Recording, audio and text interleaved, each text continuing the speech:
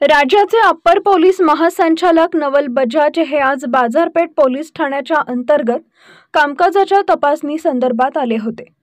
दरम्यान बाजारपेठ पोलीस स्थानकाच्या कामकाजासंदर्भात नवल बजाज माध्यमांच्या प्रतिनिधींशी संवाद साधत असताना शहरातील सट्टा, मटका, अवैध धंदे बंद करा अशी जोरदार घोषणा देत सावकारी बंधूंनी नवल बजाज यांच्या वाहनासमोर आंदोलन केले।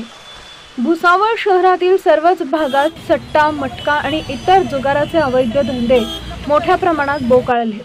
यामुळे गरीब, कामगार आणि मजूर वर्गाचं आर्थिक नुकसान होत असल्याचा आरोप ॲडव्होकेट हर्षल सावकारे आणि मयूर सावकारे यांनी केलाय।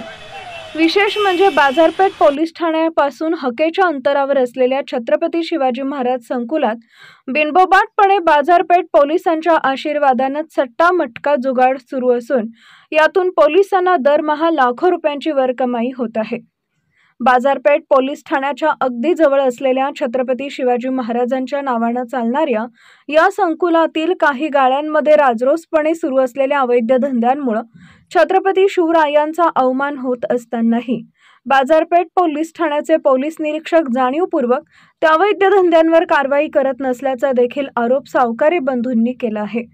अप्पर पोलीस महासंचालक यांच्या गाडीसमोरच अवैध धंद्यांविरोधात झालेल्या या अनोख्या निषेध आंदोलनामुळे पोलीस प्रशासनाची प्रतिमा आता आणखी डागाळली असून सावकारी बंधूंच्या अचानक झालेल्या या आंदोलनामुळे पोलीस महासंचालक यांचं लक्ष वेधून घेतलं आहे।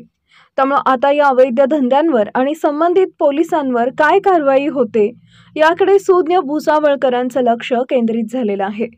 Bureau report, Mahanews 19 Bhusawal.